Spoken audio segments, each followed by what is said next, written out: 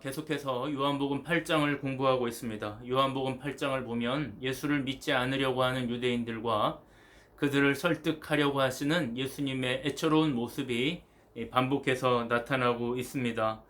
사실 예수님을 믿게 하려고 하는 성경의 노력은 요한복음 8장에 국한된 것은 아니고 신구약 성경 전체를 통틀어서 계속해서 인류에게 제공하는 하나님의 노력이 성경 전반에 담겨 있습니다. 여러 말씀들을 하시고 예수님은 여러 표적들을 보이시고 여러 행동들을 하십니다. 제가 오늘 요한복음 8장을 묵상하다가 문득 이런 생각이 들었습니다. 유대인들이 그렇게 믿기 힘들었던 이 말씀들, 유대인들이 그렇게 받아들이기 힘들었던 이 예수가 그리스도라고 하시는 이 말씀들이 나는 믿어지고 있다. 이게 얼마나 놀라운가 하는 생각이 드는 것입니다. 저는 이 예수님의 말씀에 대해서, 예수님이 하나님이신 것에 대해서, 예수님이 그리스도이신 것에 대해서, 예수님이 이 세상의 빛이라고 하시는 사실에 대해서 저는 전혀 거리낌 없이 믿고 있습니다. 이게 놀라운 겁니다. 여러분은 그렇지 않습니까? 여러분도 예수님이 그리스도이시고 예수님이 하나님이신 것을 믿고 있지 않습니까? 그 믿음에 장애가 있습니까? 여러분, 이게 얼마나 큰 은혜인지 모릅니다. 사실 우리가 이렇게 예수님을 하나님이라고 믿는 것이 거리낌 없이 믿어지고 있지만, 유대인 입장에서, 특히 예수님 당대에 살았던 유대인들의 입장에서 예수님을 하나님으로 모셔드리는 일은 그렇게 쉬운 일이 아닙니다. 만약에 우리도 동시대를 살고 있는 육체를 가진 어떤 사람이 하나님이라고 한다면 그렇게 쉽게 믿기 힘들 겁니다. 그래서 당대 예수님 당시의 유대인으로서 예수님을 하나님으로 인정하기 위해서는 얼마나 많은 노력이, 예수님도 예수님 입장에서 굉장한 노력이 필요하셨을 것이고, 유대인 입장에서도 정말 많은 노력이 필요했을 겁니다. 많은 노력과 기도와 연구가 필요했을 겁니다. 그 대표적인 인물이 바로 바울입니다. 바울은 예수님을 엄청나게 대적했던 인물입니다. 율법에 비추어 보면 예수가 그리스도일 수가 없습니다. 그런데 그가 다메섹에서, 지금의 다마스커스에서 예수님을 만납니다. 굉장히 극적인 만남이었습니다. 그래서 우리는 그 극적인 만남 이후에 당장에 전도자 바울이 되었을 것이라고 생각하지만 사실 그렇지 않습니다. 바울은 예수님을 만나고 얼마 되지 않아서 아라비아라고 하는 사막에 가서 3년 동안, 무려 3년 동안 거기 사막의 나그네로 살면서 성경을 연구하고 구약을 연구하고 기도하고 깊은 묵상 가운데 결국 예수가 그리스도라는 결론을 내리고, 예수는 그리스도다, 예수는 이 땅의 유일한 구원자라고 하는 놀라운 신학을 만들어낸 인물입니다. 오늘날도 마찬가지입니다. 오늘날도 유대인들이 예수님을 믿는 것은 정말 어려운 일입니다. 예수님 당시에도 어려웠지만 오늘날에도 어렵습니다. 시간이 지날수록 더 어렵습니다. 유대인들이 예수님에 대한, 더 구체적으로 말하면 기독교에 대한 냉소와 증오는 점점 커져가고 있는 실정입니다. 유대인들은 기독교인들이 십자군 원정에서 보여준, 동방을 정복하면서 보여준 그들의 잔인함을 잊지 못하고 있습니다. 또 독일의 홀로코스트, 히틀러 정권이 보여준 이 유대인 학살, 그 히틀러 나치 정권이 보여준 유대인 학살 배경에는 반드시 기독교가 있을 것이라고 지금도 유대인들은 믿고 있습니다. 신학적으로도 유대인들이 예수님 믿기가 굉장히 어렵습니다. 하나님은 한 분이라고 했고, 10계명 1계명에 보면 하나님 이외에는 다른 신을 섬기지 말라고 했기 때문에 이들이 이 신학적인 입장에서 하나님 이외에 예수님을 섬기는 것은 정말 어려운 일입니다.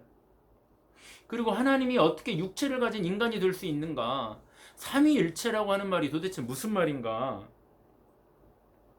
이런 것들도 사실 유대인 입장에서 보면은 도저히 풀리지 않는 신학적인 숙제입니다. 그래서 예수님 당시에나 지금이나 유대인 입장에서 예수님이 그리스도다, 예수님이 하나님이다, 이렇게 말하는 것은 거의 기적에 가까운 일입니다. 조금 있다가도 말씀을 드리긴 하겠지만은 유대인들이 예수님 믿는 것은 정말 놀라운 일입니다. 제가 지금 드리고 싶은 말씀은 뭐냐면은 그 어려운 일이 우리에게는 너무나 자연스러운 믿음이 되어 있다는 것입니다. 거리낌 없는 믿음이 되어 있다는 것입니다. 저는 저 자신도 이 사실이 너무나 놀랐습니다. 저는 제 자신이 예수님이 그리스도라는 사실에 대해서 전혀 의심이 없습니다. 물론 우리가 이렇게 되기까지 우리를 위해 기도했던 수많은 그리스도인들의 기도가 있었던 것을 우리는 알고 있습니다. 얼마나 감사한 일인지 모릅니다. 그 덕분인지는 모르겠지만은 저는 예수님을 믿은 이후에, 물론 그 전에는 예수님을 대적하는 말도 많이 했고 예수님에 대해서 회의하는 말들도 질문들도 많이 했지만 예수님을 영접한 이후에는 전혀 예수님을 의심하지 않습니다. 예수님이 그리스도라는 사실에 대해서 한 번도 회의감을 가져본 적이 없습니다. 오히려 그 믿음은 점점 커져가고 있을 뿐입니다. 물론 제 자신이 목사라고 하는 이 신분에 대한 회의감이나 내가 그리스도인으로서 잘 살고 있는가 하는 회의감은 늘 있는 것이지만 예수님이 하나님이고 예수님이 구원자라고 하는 사실에 대해서는 한 번도 의심해 본 적이 없습니다. 얼마나 감사한 일인지 모릅니다. 저는 저와 여러분이 이 믿음 안에서 그 은혜 가운데서 정말 감사하면서 살아야 될 줄로 생각합니다. 그러면 오늘 나누고 싶은, 우리가 정말 예수님을 믿는 사람들이라면 오늘 나누고 싶은 이야기 두 가지가 있습니다. 첫째는 자유에 대한 것입니다. 우리가 예수님을 정말 믿는 사람이라면 우리의 인생에서, 우리의 삶에서 반드시 실현해야만 하는 두 가지가 있습니다. 우리가 예수님에게 속해 있다면 반드시 실현될 수밖에 없는 두 가지가 있는데, 첫째는 자유입니다. 예수님을 믿는다고 하면 우리는 다 자유할 수 있습니다.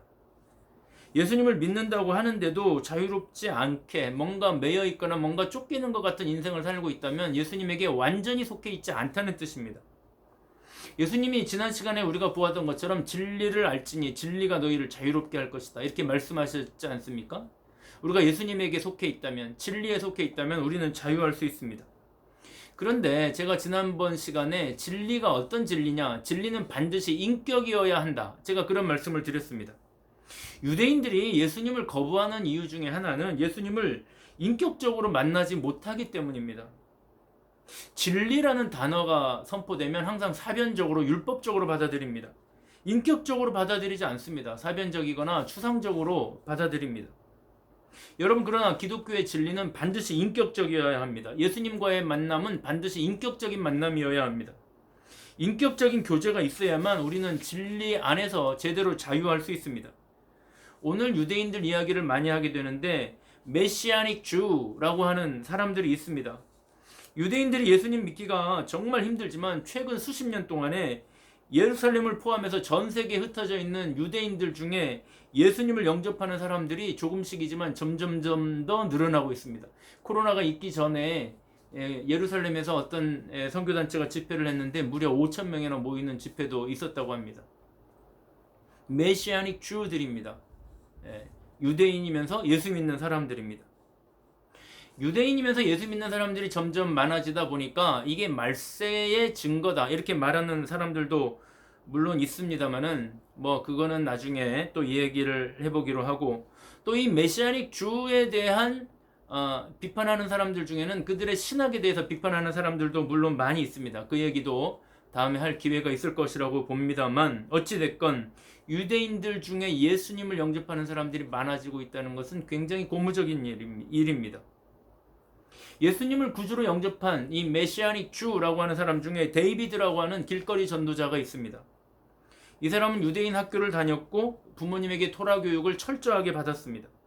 그러나 그 안에서 즐거움이나 기쁨, 이런 인격적인 느낌은 사실상 한 번도 경험해 본 적이 없습니다. 종교 교육을 받은 겁니다. 이스라엘 방위군에서 군복무를 하고 샌프란시스코에서 사회에 관련된 물품들을 파는 장사를 했는데 장사가 엄청나게 잘 되었습니다. 사람이 돈이 생기면 쾌락을 쫓기 마련인가 봅니다. 이 젊은이도 즐거움과 쾌락을 좇아서 담배도 피고 마약에도 손을 댔습니다. 즐거움을 찾아서 쾌락에 빠져 살고 있었는데 어느 날 자기 가게에 찾아온 손님 중에, 유대인이죠 물론, 이런 질문을 합니다. 당신은 살면서 하나님을 느껴본 적이 있는가? 하나님을 아느냐 모르느냐 이런 질문이 아니고 당신은 살면서 하나님을 느껴본 적이 있는가? 이렇게 질문하는 겁니다. 유대인 입장에서 이런 질문은 매우 생소한 질문이었고 한 번도 들어본 적이 없는 질문이었기 때문에 이 젊은이는 당연히 No, 아니요 라고 대답을 했습니다. 그런데 그분이 돌아가고 나서 이 질문이 계속 머릿속을 떠나지 않는 겁니다. 집에 와서도 계속 생각이 납니다. 그래서 자기가 믿는 하나님에게 기도합니다. 예수와 그들이 예수님을 부를 때 예수와라고 부르는데 예수와에게 기도한 게 아닙니다. 자기가 믿는 하나님에게 기도한 겁니다. 여호와 하나님에게 기도한 겁니다. 나에게 진리를 좀 가르쳐 주세요. 그리고 성경을 읽는데 시편 22편에서 딱 걸렸습니다. 하나님 어찌하여 나를 버리십니까? 이게 도대체 무슨 말인가? 이거는 누가 하는 말인가? 이 성경책을 가지고 어머니에게 찾아가니까 어머니가 그거는 이방 교도들이 읽는 성경이야, 보지마 그랬는데 이 아들이 말합니다. 엄마, 이건 우리가 보는 히브리 성경이야. 그리고 이사야서를 포함해서 수많은 구약의 말씀들을 읽다 보니까 이 모든 말씀들이 예수님을 향하고 있다는 것을 깨닫게 되었습니다. 인격적인 예수님을 경험해버린 겁니다. 그 질문 하나가. 그래서 이 사람이 완전히 예수님에게 속한 사람이 되어버렸습니다. 인격적으로 예수님과 교제하기 시작했습니다. 전자담배를 끊고 마약도 끊었습니다. 모든 종류의 쾌락을 다 끊었습니다. 그리고 거리의 전도자가 되어서 예수님을 증거하는 전도자의 삶을 살고 있습니다. 그가 그렇게 좋아하던 많은 쾌락을 끊어버리는 것을 보면서 가족들도 변해서 기독교인이 되었습니다. 제가 그분의 이야기를 다 동의하는 것은 물론 아닙니다만은 그가 예수님을 알기 시작한 것은 바로 이 인격적인 예수님과의 만남이었다는 것입니다. 그게 출발이었습니다. 여러분, 진리는 반드시 인격이어야 합니다. 예수 그리스도라고 하는 인격, 그분과의 만남, 그분과의 인격적인 만남을 통해서 예수님과 동행하고 있다고 하는 이 느낌, 이런 것들이 반드시 필요합니다. 나는 그분과 여러분이 인격적으로 예수님과 교제할 수 있기를 축복합니다. 기도하고 성경을 읽으면서 구체적인 삶의 현장에서 예수님과 동행할 수 있기를 바랍니다. 그러면 우리는 그 안에서 자유할 수 있습니다. 자유를 누립니다. 담배의 힘으로부터, 마약의 힘으로부터 벗어납니다. 지난 시간에도 말씀을 드렸지만 이 세상에 속한 것들은, 땅에 속한 것들은 다 중력의 영향을 받습니다. 우리 그리스도인들에게도 영적인 중력이 있습니다. 그것은 바로 돈이고, 그것은 바로 죄이고, 그것은 바로 재미와 쾌락입니다. 그런 것들이 끌어당기는 중력의 영향을 받게 되어 있습니다. 우리가 세상에 속해 있다면 거기에 영향을 받게 될 겁니다. 그러나 우리가 예수 안에서 예수님과의 인격적인 교제를 하는 동안에는 그 힘으로부터 자유할 수 있습니다. 문제가 되지 않습니다. 우리를 속상하게 하고 우리의 가슴을 졸이게 하던 그 수많은 문제들도 예수님과 인격적으로 동행하고 있는 동안에는 문제가 되지 않아요. 예수님이 나와 항상 함께 동행하고 있다는 것을 느끼게 되면 자유합니다. 걱정이 없어집니다. 평안이 임하는 것입니다. 저는 저와 여러분이 이 예수님 안에서 예수님과 동행하면서 이 자유와 평안을 늘 누릴 수 있게 되기를 축복합니다. 그리고 오늘 두 번째 중요한 주제를 말하겠습니다. 우리가 예수님을 믿고 예수님에게 속하게 되면 우리 안에서 첫 번째는 자유가 실현되고 두 번째는 우리가 말씀을 지킬 수 있게 됩니다. 주님의 법을 지키게 됩니다. 말씀을 지킨다. 이건 굉장히 많은 뜻이 있습니다만 여기서는 순종을 말합니다. 순종이 실현됩니다. 듣고 행한다는 말입니다. 51절에 보면 말씀을 지킨다는 표현이 있고 47절에 보면 말씀을 듣는다는 표현이 있는데 같은 표현입니다. 헬라어 아쿠오라고 하는 단어가 사용됐습니다. 이 아쿠오라는 단어는 단지 귀로 듣는 어떤 리스닝에 있지 않고 액팅, doing 그런 뜻이 포함되어 있습니다. 예수님에게 속하게 되면 그 말씀을 듣고 행하게 된다는 것입니다. 사랑하는 여러분, 우리나라에는 지금도 많은 참변이 일어납니다. 건물을 짓다가 공사를 하다가 안전부주의로 인해서 인재들이 많이 일어납니다. 수년 전에 시랜드라고 하는 사건이 있었습니다. 얼마 전에 텔레비에서 그거를 다루는 걸 한번 봤는데 7살 미만의 어린이 18명을 포함한 23명이 화재에 참변을 당한 사건입니다. 이 시랜드라고 하는 이 건물, 그건 건물이 아니었습니다. 컨테이너를 차곡차곡 쌓아서 만든 컨테이너 박스에 불과했습니다. 컨테이너를 가져다가 밖에 시멘트를 약간 바르고 해가지고 집처럼 보였을 뿐이지 컨테이너 박스였어요. 화재 설비가 제대로 되어 있지 않았습니다. 전혀 되어 있지 않았다고 해도 무방합니다. 화재가 발생하니까 순식간에 불이 번져서 아무것도 모르는 아이들이 속수무책으로 18명이나 되는 유치원 아이들이 죽은 겁니다. 여러분, 저는 요양원에 있으니까 소방설비 설비가 제대로 되어 있는지 소방서에서 자주 점검을 옵니다. 이 설비를 구축하는데도 돈이 많이 듭니다. 그런데 그 많은 돈을 들인 만큼의 효용성도 없습니다. 평상시에는 쓰이지도 않는 물건들입니다. 그리고 그게 나를 지켜주고 있다는 생각도 평상시에는 거의 느끼지도 못합니다. 그래도 나라가 정한 법규대로 설비를 해야 합니다. 우리 시설은, 우리 요양원은 우리나라에 속해 있는 시설이기 때문에 나라의 법규대로 이 설비를 합니다. 여러분, 그러나 그렇게 지킨 것이, 철저하게 소방 설비를 한 것이 화재의 순간에 우리와 우리 어르신들을 지킬 겁니다. 사랑하는 여러분, 우리가 하나님의 법을 지킨다는 것, 그것이 평상시 우리를 지켜주고 있다는 것을 피부로 느끼지 못할지도 모릅니다. 그러나 우리가 하나님의 법을 지키면 결정적인 순간에 내가 지킨 그 법이 나를 지킬 겁니다. 사랑하는 여러분, 우리는 하나님에게 속해 있습니다. 하나님에게 속한 사람은 하나님의 법을 지킵니다. 우리가 예수에게 속해 있다면 예수의 법을 지킬 겁니다. 대표적인 것이 사랑입니다. 내가 누군가를 사랑했던 그 사랑이 결국 나를 지킬 겁니다. 니콜라스 윈턴이라는 사람이 있습니다. 역시 유대인입니다. 2차 세계대전 당시에 669명의 유대인 어린이들을 나치의 눈을 피해서 체코슬로바키아에서 영국으로 도피시킨 사람입니다. 영국판 쉰들러 리스트의 주인공입니다.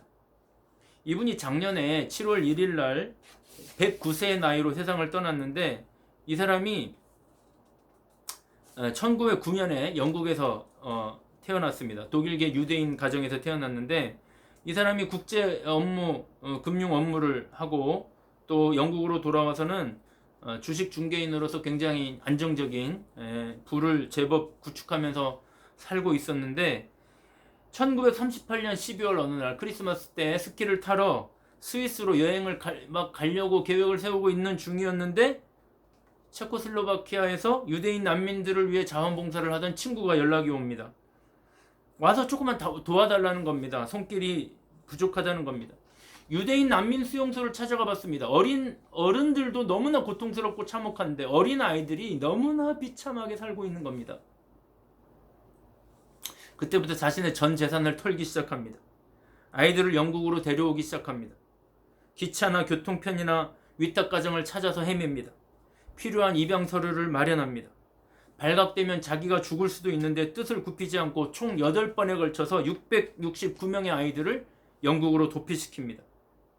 영국으로 데리고 와서는 입양할 가정을 찾고 신문 광고를 내면서 돈을 쓰고, 때로는 입국 서류가 제대로 갖춰지지 않을 때는 영국 세관을 찾아가서 숫자에 설득을 하고, 국경을 넘을 때에는 거기 군인들에게 뇌물을 줘가면서 아이들을 669명을 구출했는데, 자신이 그렇게 구출한 이야기를 50년 동안 함구하고 비밀로 살았습니다. 자신의 아내에게도 말하지 않고 살았습니다. 그런데 1988년 어느 날 아내가 자신의 집 다락방을 청소하다가 산더미 같이 쌓여있는 서류들을 발견했습니다. 이게 뭔가 보니까 뭐 입양 서류도 있고 뭐가 많잖아요. 그래서 아내가 남편에게 묻습니다. 이게 도대체 뭡니까? 물어보니까 그제서야 50년 전에 있었던 자신의 이야기를 합니다. 아내가 물었습니다. 왜 50년 동안 아무 말도 하지 않았어요? 왜 비밀로 했어요? 그러니까 1939년 9월 1일 250명을 태운 어린아이들이 영국으로 넘어와야 되는데, 히틀러가 폴란드를 침공하면서 모든 열차 운행을 통제하는 바람에 그 250명의 어린아이들이 행방불명이 됐다는 겁니다. 그 250명을 탈출시켰으면 거의 1000명에 가까운 아이들을 탈출시키는 셈이었기 때문에, 이 윈터경은 250명의 아이들을 탈출시키지 못한 그 죄책감 때문에 50년의 세월을 눈물로 보낸 겁니다. 그리고 아내에게 부탁합니다. 그 모든 서류들을 제발 없애주세요. 그러니까 아내가 반대했습니다. 250명을 살리지 못했지만 669명의 아이들을 살렸잖아요. 그러면서 세상에 알리기로 결심을 합니다. BBC에 소개하고 BBC를 통해서 세계 각지에서 그가 구출했던 아이들이 자라서 시집 장가가고 자녀들을 낳아서 윈터경을 찾아오기 시작합니다. 프랑스 중위의 여자라는 영화를 만든 카렐 라이츠 이런 사람도 있었고, 영국 노동당 의원 엘프리드라는 사람도 있었고, 미국 대학의 석좌 교수들도 여러 명 있었습니다. 669명의 아이들이 낳은 자손들을 총 합쳐보니까 6,000명이 넘었습니다. 2002년도에는 이 6,000명의 아이들과 감격적인 만남을 가지는 이 6,000명의 자손들과 감격적인 만남을 가지는 대규모 미팅도 성사됐습니다. 감격과 눈물의 고백들이 이어졌습니다. 굳이 첨언을 하자면 이 윈터경도 아버지가 유대교에서 기독교로 개종한 유대인 그리스도인이었습니다. 유대인 그리스도인 가정인 겁니다. 이분들은 환란의 시대에 하나님의 법을 지키고자 살았던 사람들입니다. 환란의 시대에 하나님의 법을 지키기 위해서 애쓰며 살았던 사람들입니다. 사랑하는 여러분, 우리는 나라법에 속해 있습니다. 우리는 국가가 있기 때문에 국가의 법을 지켜야 합니다. 그러나 세상의 법과 하나님의 법이 충돌할 때 우리는 과감히 하나님의 법을 선택하는 사람들입니다. 사랑하는 여러분, 내가 지킨 하나님의 법, 내가 지킨 진리의 법, 내가 지킨 예수님의 법이 우리가 예수님의 법을 잘 지키면 나중에 내가 지켰던 것들이 나를 살릴 겁니다. 여러분, 오늘 저는 자유와 순종이라고 하는 이 어울리지 않는 두 단어를 이야기했습니다. 이 어울릴 것 같지 않은 이 두 단어가 저와 여러분의 심령 안에서 정말 완전하게 이루어져서 저와 여러분의 삶이 자유 가운데서 그 순종함으로부터 오는 은혜가 우리를 지키는 것을 체험하면서 살아가는 저와 여러분 되실 수 있기를 축복합니다.